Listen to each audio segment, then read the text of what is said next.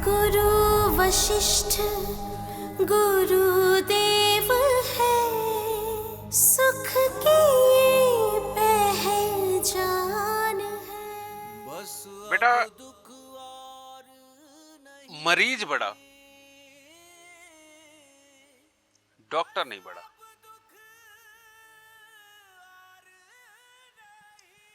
मरीज के अंदर अगर इम्यूनिटी की ताकत अच्छी है तो डॉक्टर जो उसका ऑपरेशन भी करेगा वो जल्दी रिकवरी ले लेगा। जिसकी इम्यूनिटी वीक है उसका वही डॉक्टर ऑपरेशन करके निकाल भी देगा, लेकिन आदमी हो सकता पूरा ही हो जाए।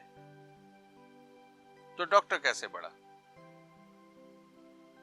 वो तो मरीज बढ़ा। मेरे पास इसके अंदर, मैं आगे तुम्हें शायद बताऊंगा अभी, मेरे पास वो भी डॉक्टर आए हैं, कहते मैं तो अब डॉक्टर रहना ही नहीं चाहता, जिसका इलाज करता हूं वो उससे मर जाता है। वो भी डॉक्टर आते हैं मेरे पास, मेरे पास रिकॉर्ड है सारे। समझ गए कि उनके भी ये दुख है। समझ गए? तो इम्यूनिटी अच्छी वाला मरीज पड़ा। इसी तरह से अब मैं कर्म को डॉक्टर बोलूं या नसीब को डॉक्टर बोलूं? मैं कर्म को मरीज बोलूं या नसीब को मरीज बोलूं? रियलिटी में दोनों एक दूसरे के पूरक है। कर्म नसीब का पूरक, नसीब कर्म का पूरक। एक दूसरे के बिना दोनों ही बीमार। अब होना क्या है? कहते हैं कर्म के बिना भाग्य कुछ नहीं और भाग्य के बिना कर्म कुछ नहीं। इस बात को पहली ही बार में एक्सेप्ट करना जरूरी है, क्योंकि इससे बड़ा सच नहीं है कोई। मैं जब पैदा हुआ, मेरे चाचा दादा मेरी कुंडली बना के लेके आए और मेरी दादी जी को दी। कहा भाभी ले एक और ज्योतिषी पैदा हो गया, पैदा होते ही मेरे। तो मेरी दादी ने क्या जवाब दिया? कहती तेरी तरह भूखा मरेगा। तो उन्होंने कहा, कहते नहीं, ये वो ज्योतिषी है जो शाम को शायद सैकड़ों को खिला के सोएगा। 12 साल का हुआ, मेरे पहले गुरु श्री एम.एल. सूद साहब मेरे घर पे आए। वो घर पे आए तो मेरी माँ ने कुंडली दिखाई। उन्होंने कुंडली देख के थोड़ा सा हंसे, कुंडली रोल करी, कहते झोली कर डाल दिया। कहते पागल, जिसने लाखों करोड़ों की कुंडलियां देखनी है, लाखों बंदों की जिसने कुंडली देखनी है, तो उसकी कुंडली मुझे दिखा रही। क्या है ये? नसीब। लेके पैदा हुआ और हाल पता क्या है? मेरे यहां अगर 500 बच्चा काम करता है तो बेटा उन 500 में से एक बच्चा ऐसा नहीं होगा जो मेरे जितना रोज काम करता हो। तुम लोगों ने तो खुद मेरी वर्किंग देखी है।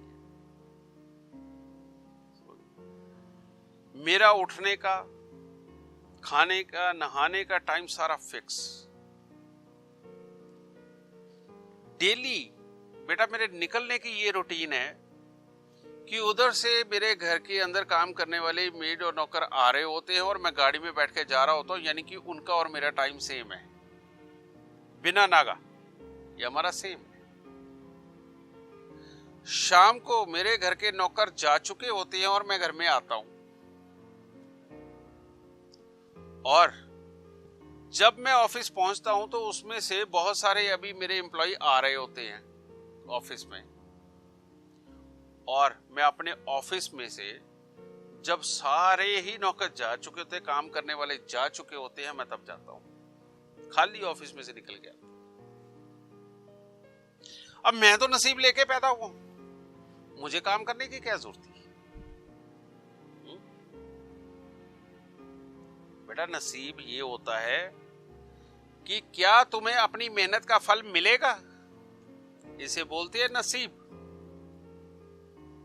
नसीब ये नहीं है कि तुम्हें किस्मत में लिखा राजा भोज और तुम तिल्ला भी ना तोड़ो। समझ गए ना? तो बेटा नसीब वाला इंसान हमेशा मेहनती होता है। नसीब वाला इंसान हमेशा मेहनती होता है, ये याद रखना। उल्टा नसीब वाले के घर में बदनसीब बच्चा पैदा होता है,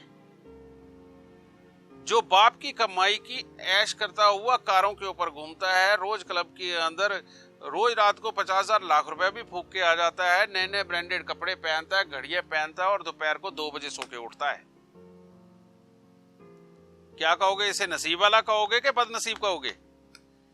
ये नसीब वाले बाप के घर बदनसीब बच्चा पैदा हुआ है और दुनिया को लगता है कि ये नसीब वाला है। दुनिया के सोचने का तरीका गलत है, समझ गए? अरे अपने आप तोल के तो देखो, नसीब वाला उसे कहोगे जिसने अपनी मेहनत से सब कुछ बनाया है, वो नसीब वाला। जिसने अपनी मेहनत से सब कुछ बिगाड़ दिया है, समझ गए? या जो मेहनत करता ही नहीं, बदनसीब तो वो है बेटा। वो कर्म तो कर रहा है, क्या कर्म कर रहा है? पैसे को उड़ाने का, समझ गए? जब हम जिस चीज के कर्म को करते हैं बेटा, वही चीज हमें वापस मिलती है, उसका फल लेकर के आती है वो, समझ गए?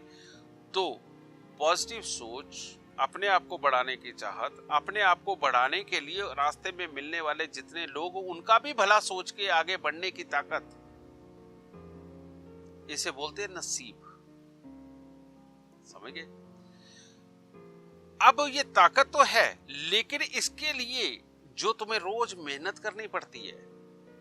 अरे ये फलाना नाराज हो गया यार, इसे डायरेक्ट ऐसे कहूंगा तो ये नहीं मानेगा, शायद बिफर जाए। अच्छा, इसे ऐसे परली तरफ से घुमा के समझाता हूं, समझिए ना? और उसे समझाया भी, वापस भी ले आया, और उसे बाद में जिस काम को वो करने से मना कर रहा था, उसने उतनी जोर से वो काम किया। अब काम उसने किया, लेकिन ये कर्म तुम्हारा है, ये मेहनत तुम्हारी है। तो बेटा, नसीब और कर्म, ये हमारी जिंदगी के 2 ऐसे पहिए हैं, इनमें से एक भी पंचर हो जाए ना, तो ये तुम्हारी बैलगाड़ी ऊंचाई पे नहीं पहुंचेगी, ये उल्टी ढलान की तरफ गिर जाएगी, समझ गए ना? तो इन दोनों को लेके चलना बेहद जरूरी है, और इन दोनों के बिना इस दुनिया में कुछ नहीं है। इसीलिए ये सवाल ही बेमानी है, और बहुत काम का सवाल है। बहुत काम का ये सवाल इसलिए है कि ये हर इंसान को पता होना चाहिए कि जो कामयाब इंसान है वो अपने कर्म की वजह से कामयाब है। उसका नसीब अच्छा था कि उसके कर्म को परमात्मा ने फल लगाए, समझ गए ना? तो ऐसे इंसान को बोलते हैं भाग्यवान, और जो भाग्यवान होता है उसका नसीब भी अच्छा होता है, उसका कर्म भी अच्छा है। बस अब